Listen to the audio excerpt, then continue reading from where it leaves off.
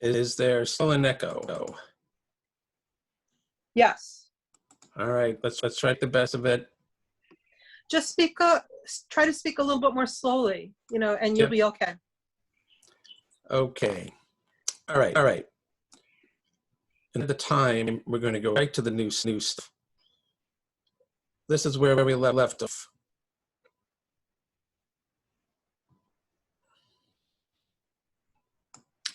We talked about the Musar movement, which is a movement promoting self-development. And Rabbi Kaplan in Meditating the Bible, actually, it's actually meditation of the Bible. It's Jewish meditation. I have to correct that. Talks extensively about it. So let's put that here. And what's interesting to us. Steve, this is going to be an exercise for you in speaking even more slowly.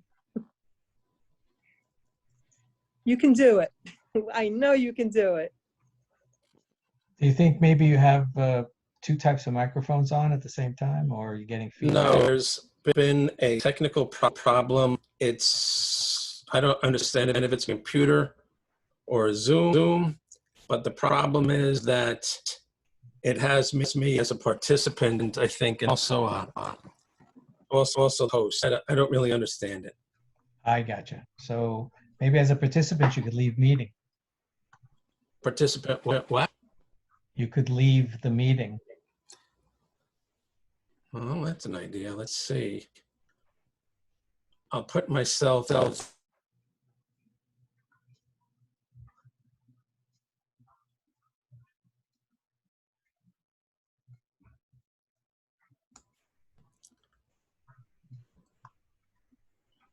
Is there an echo now? Seems to be better. Try some more. Okay.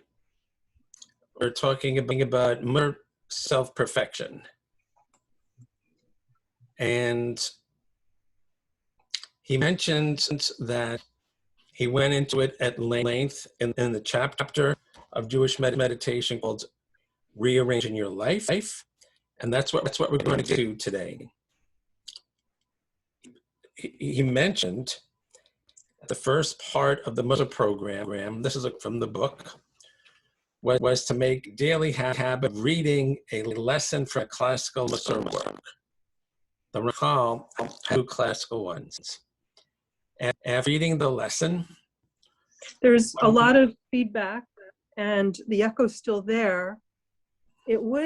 I still believe that you can overcome these problems if you actually speak even more slowly. 1 word at a time, not 2 words at a time or 3 words at a time, but very slowly.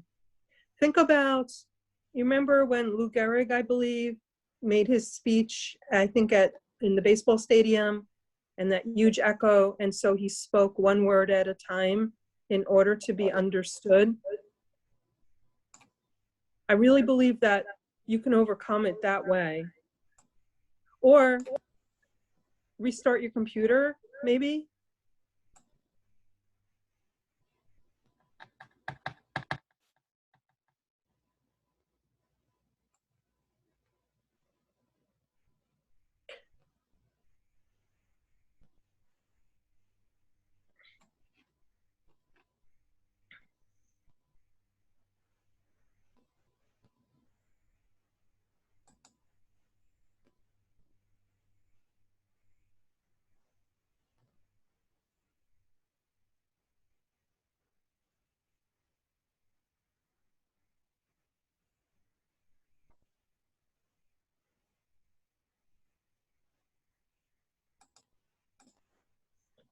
Steve, are you still there?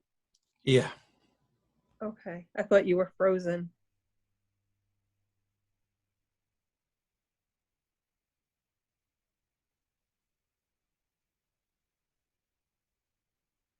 Hey, it's funny. I heard you speak, but you're on mute. Maybe that's a symptom of the problem. You have that mute symbol next to your name, but I heard you speak.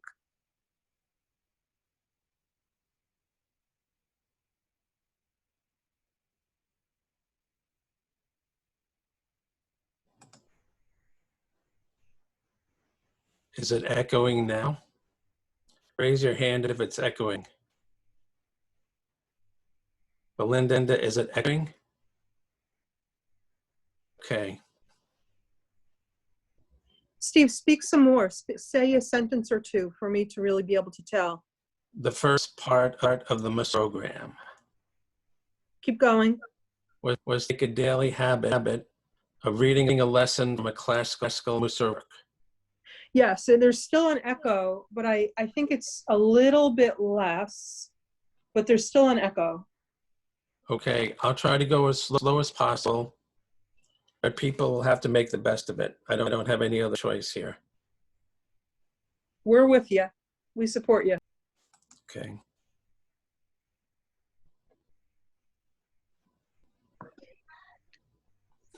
Steve, Okay. just to put in my 2 cents, I can hear you fine. Okay. Okay.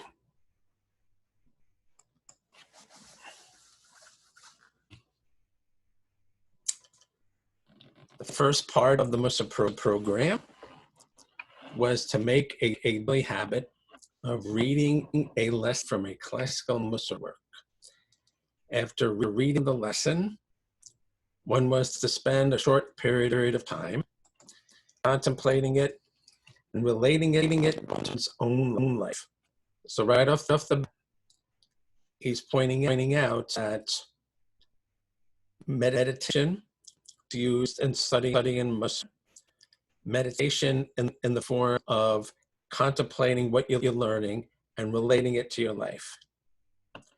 As the individual began to advance, this contemplation became meditation. One would read from a classical Musar text on how to improve the ethical, moral, and religious quality of one's life, then meditate on this lesson for 20 to 30 minutes. So Rabbi Kaplan is actually identifying a form of meditation that was done 100 years ago in Musar study. The simple type meditation is similar to the one described in chapter 3, which we're about to go into, where I discussed meditating on how to rearrange your life. So the whole premise of this class is to show how meditation has been integral to Jewish spiritual living. And you have yet another example. And what's interesting is that this form of meditation, in terms of contemplating your life, it seems to be key to enlightenment, or Ruach HaKodesh, because it leads to you becoming a person with special fine midot, fine person qualities. Okay. So talk about this meditation technique that involves contemplating life, and as he says, rearranging your life.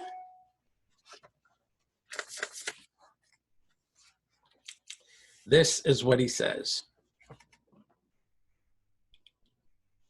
It would be useful to discuss and classify the various meditative techniques, both Jewish and non-Jewish. So he does acknowledge that people that aren't Jewish had meditative techniques, and frankly, they're very, very similar.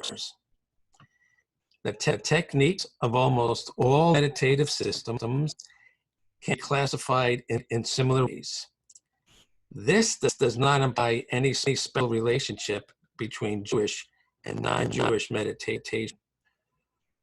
Rather, since a general concept of meditation exists, all forms have characteristics in common, which in turn can be used to classify various techniques.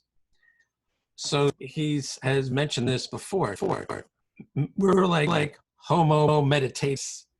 We are people, we are creatures who meditate, and that spans all cultures, including ours.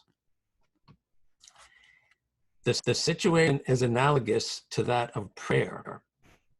which is important in all religious traditions. Certain elements are characteristic of all prayer. This doesn't mean that one system of prayer is derived from another, or even that a relationship exists between the systems. Rather, the similarities stem from the fact that there are a limited number of basic ways of relating to God. And these will be found in prayer where it exists. So this is really astounding. He's saying that independent of one another, because people are built the same, we develop similar meditative techniques in addition to forming similar prayer techniques. Thus, almost every prayer can fit into one of three categories: praise, petition, and thanksgiving. We praise God and thank and speak of his greatness. We can petition God and ask him to provide us with the things we need and want. Finally, we can thank God for what he's given us. In Jewish prayer, these three divisions are formalized and follow a set sequence. Nevertheless, if we were to examine prayers of all the world's faiths, we would find that with exceptions, they would fall in one of the three categories. Same is true of meditation. There are a finite number of ways in which a person can interact with his own mind. And these from the categories of meditation. Thus, when one understands meditation in general, one then understands meditation in particular. Since meditation involves subtle experiences that may be unfamiliar to many others, I should begin with a mundane example. I have defined meditation as a controlled manner of thinking. That's the definition of meditation. On the simplest level, you can decide to sit down for the next half hour and just think about one particular subject. Let's say you decide that for the next half hour, you will think about rearranging your furniture.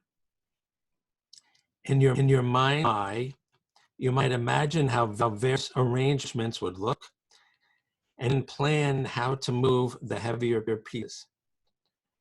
During that half hour, you will have been meditating on furniture arrangement. So the idea of in your mind planning to rearrange the furniture in your living room, that's a meditation. It is as simple as that. There need not be anything esoteric or mysterious about meditation. No special surroundings are required, nor must any particular body position be assumed. This is in the basic level. You could have meditated while walking around the block, while sitting back in your easy chair, or while relaxing in the tub. The very fact that for a specific time period, you were thinking about a specific topic, rather than letting your mind wander at random, makes it a meditative experience. Now, we said last week that there is a form of meditation where instead of focusing on one point, let whatever comes up from your subconscious come up, and you see what the relevance is. But based on this point here, that's more advanced. You really should not free think, do like a free form meditation until you develop the skill of focusing on one thing. That's fundamental. Of course, it is not always that easy. What do you do when other thoughts begin to creep into the mind? Remember that the decision was to think about rearranging furniture and nothing else. If this meditation is actually going to be a controlled thinking experience, then you will need a technique to rid yourself of undesired thoughts. You might gently push the extraneous thoughts out of your mind, or otherwise pull your mind back to the desired subject. Whatever method you use to keep your mind on the subject. In doing so, you will be developing the rudiments of a full-fledged meditative technique. So again, basic meditation requires that you have the ability to say to yourself, I'm going to think this, not that. Meditation on rearranging your furniture may be a trivial example, but suppose you decided to spend a half hour meditating on how to rearrange your life. You might find yourself thinking about fundamental questions such as these. What do I ultimately want out of life? What gives my life meaning? What is the meaning of life in general? If I had my life to live over, what would I do with it? What ideals, if any, would I be willing to die for? What would bring me more happiness than anything else in the world? You have probably already thought about these questions at some time in your life. However, chances are you thought of them only briefly. Unless you have been involved in a discipline that encourages it, have probably never spent a full half hour without interruption thinking about any of these questions. If you have never done so before, the first time may be very shocking. You may discover that you have no idea of what you perceive as your purpose in life. You may never have thought about the meaning of life at all. That is probably true for a lot of people, unless they have some kind of life-changing experience, maybe a car accident or something like that. Indeed, after a half hour pondering any of the above questions, you might decide that the question needs more than one session of meditation. You might decide to have a half-hour session once a week.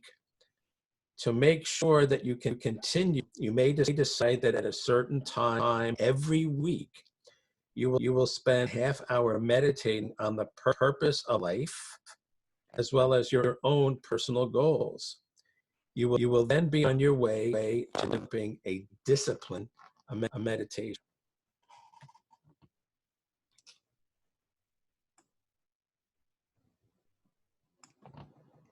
Just imagine if people did that.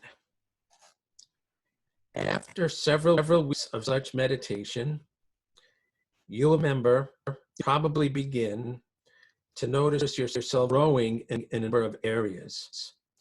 You might decide to reevaluate the direction of your life and make major changes in your lifestyle.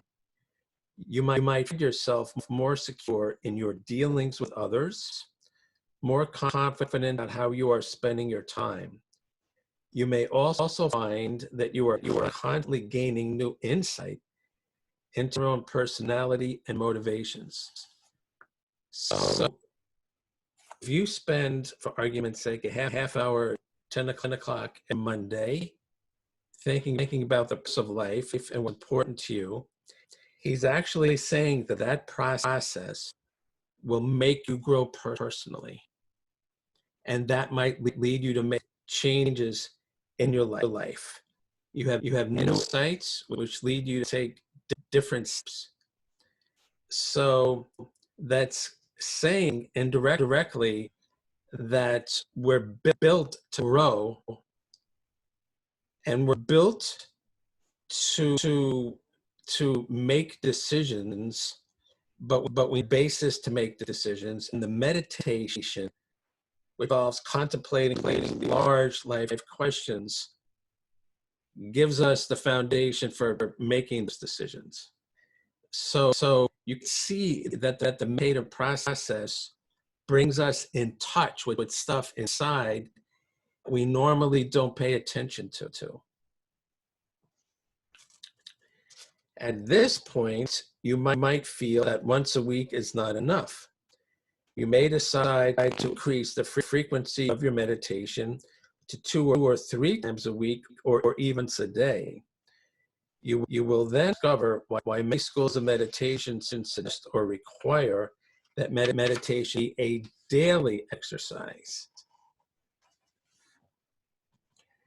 As you continue to explore what is most meaningful to you, you may come to a point where you feel you are reaching a new threshold. You may find yourself pondering not only the meaning of your life, but the very meaning of existence in general. At this point, you will have discovered God.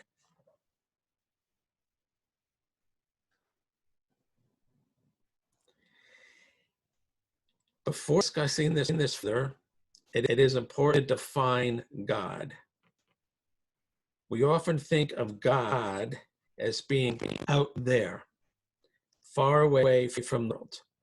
But it is important to realize that God is also in there, in the deepest recesses of the soul.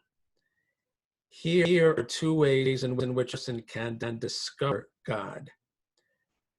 First, a person can reflect on questions such as these. What is beyond space and time? How did the world come into existence? Why does the world exist? What came before time? By pondering such questions, a person can find God, but he will find God only in the sense that God is out there. The second way in which one finds God is by delving deeper and deeper into the self, and they're discussed earlier. Here also one finds God. One is finding him in the sense that he is in there.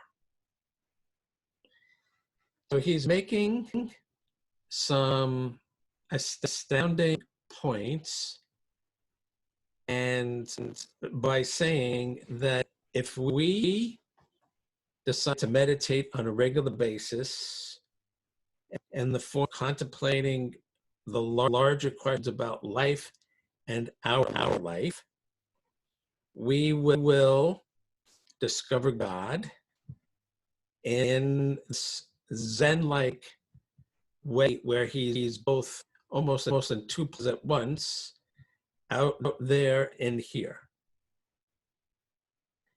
So that's implying that the meditation about rearranging your life is a way of putting yourself in partnership with God, and enlisting God's help in doing that rearranging. Because if you discover God in this meditation, then how can you leave God a picture when you make life changes? That's where he's coming from. This twofold manner of discovering God is related to the Kabbalistic concept that God both encompasses and fills all creation. When we say that God is above all things and beyond all things, we are speaking of him in the sense that he encompasses and binds all creation. This is the concept of God as being out there. However, in another sense, God is very close to us, closer than the air we breathe, closer than our very souls. And in this sense, he fills all creation is in there. Once a person discovers God in this manner, he might want to transform his meditation into a conversation with God. If one discovers God as ultimate depth of one's being, then the way to relate to this would be to relate to God. At this point, one's meditation into the meaning of existence might become a silent conversation with God. So he's saying that the evolution of this process, this form of meditation, involves getting a sense of God. And since you're contemplating rearranging your life, and you are therefore making a partnership with God in that activity, how do you partner with God? And he's saying you talk with God about it. God, maybe I should be this as opposed to that. He says it is significant to note that according to the Medrash, this is exactly how Abraham's career began. First, Abraham began to contemplate the meaning of life and existence, and it was in this manner that he discovered God. Abraham began to have a dialogue with God. Abraham's experience can be seen as a paradigm of how to begin a relationship with God. So that's really spectacular. The Rambam talks about the process that Abraham went through, and he went through it. He was wondering about, he was thinking about big questions. Well, we have sun, but who creates the sun, and who moves the sun and the moon and the stars? And he contemplated the universe at Abraham, and Abraham concluded there's got to be a prime mover behind all the stuff that's moving, and it affected his life. How do we know it affected his life? The Torah tells us it's the story of Abraham. And he's like, I got to get out of here. Now, when we look at Lecha, and we look at what the Torah says about the relationship with God that Abraham had, then it's kind of a form of God talking to Abraham, God giving Abraham a commandment. Take your son. That's very common how we perceive it. But according to this perspective, that was part of a conversation that Abraham had with God, and we're not privy to his part of the conversation.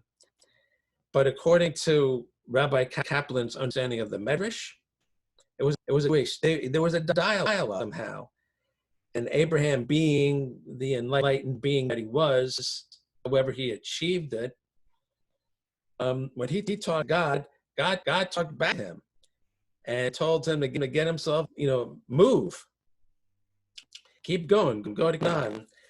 So that's really interesting information. So it shows how what kind of fruit it can be, kind of how this conversation bears fruits when you get to the point of contemplative meditation and you're thinking about life and you're thinking about your life, and you just discover God in the process. It could be very real.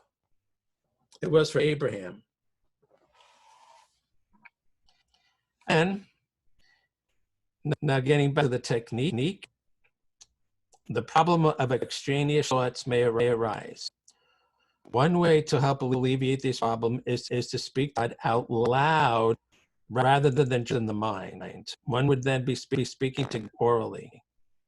So he's getting the brass tacks and addressing the practical problem of, if you're just thinking about stuff and you're really thinking about your purpose in life, and then you're like, so I didn't buy any milk yesterday, then the way to overcome that is to actually speak.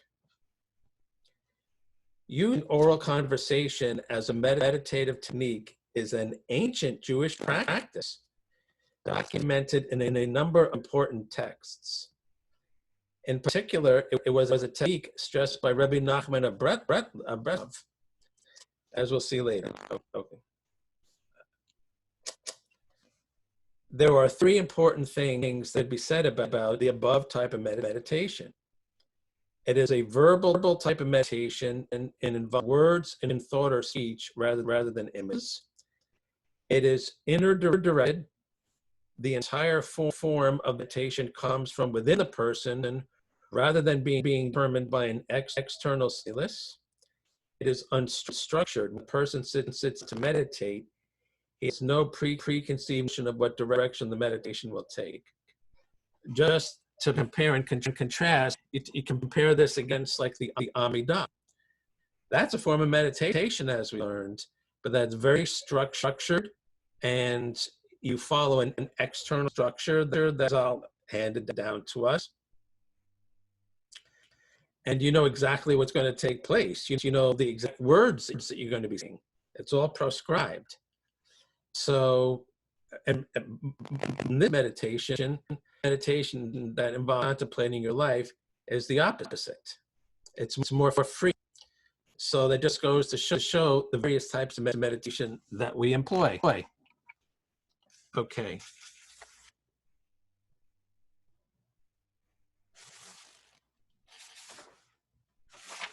Okay. We're going to stop here. It's about structure versus unstructured. So we're going to pick that next time. But you can see the amazing points that he's making, which is that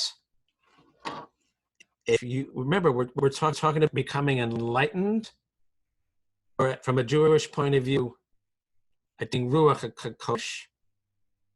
Rabbi Kaplan says you achieve by developing certain characteristics within you. And Musar meditation is a way of developing those characteristics. Why? Because you think about your life and who you are, and you decide to make changes for the better. And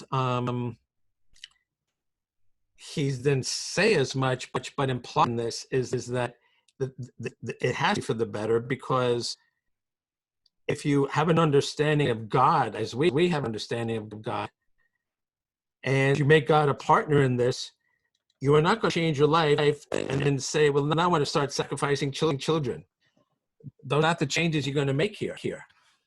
And I'm going to get to be a real evil person. You know, this is all counter to what would conclude if we start answering the big questions. So he's actually giving us a key.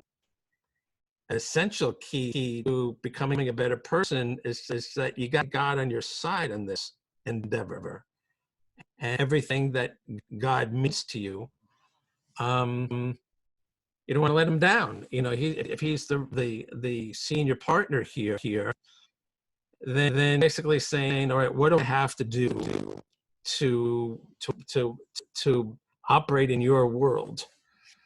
So that is key to developing those personality characteristics that are essential to becoming enlightened. So he's really taken us right down to the foundation of what it takes to become enlightened, and this meditation that we're discussing is part of that foundation. That's very heavy stuff. But it's very quick, cool stuff. Okay, so very short bit and meditation, how to handle aversion from our friend Bante. And this is a good example. Bante is not Jewish, but he's coming up with teachings that must exactly apply the kinds of things that Kaplan's talking about. Aversion, suppose you have been disturbed by some negative experience. It could be something you fear or some nag worry. It might be guilt, oppression, or pain. Whatever the actual substance of the person or sensation, excuse me, you find yourself rejecting or pressing, trying to avoid it, resist it, or deny it. Handling here is essentially the same. What do you think he's going to say? Watch the arising of thought or sensation. Notice state of rejection that comes with it. Gauge the extent or degree of that rejection. See how long it lasts, and when it fades away, and return your attention to the. So what he's basically saying is, instead of applying energy to the resistance, you're applying to fear or worry. Say, oh, here I am resisting it. It's taking a step back to say, oh, I see I have a nagging worry. I see I'm trying to reject it, suppress it. Up is me trying to resist. And as soon as you have that second of awareness, then your resistance kind of dissipates, as well as nagging worry dissipates, and you float away. So you could see that this is the kind of skill that we're talking about that leads to the controlling of your thinking and controlling the contents of your mind, that Rabbi Kaplan says is the core definition of meditation.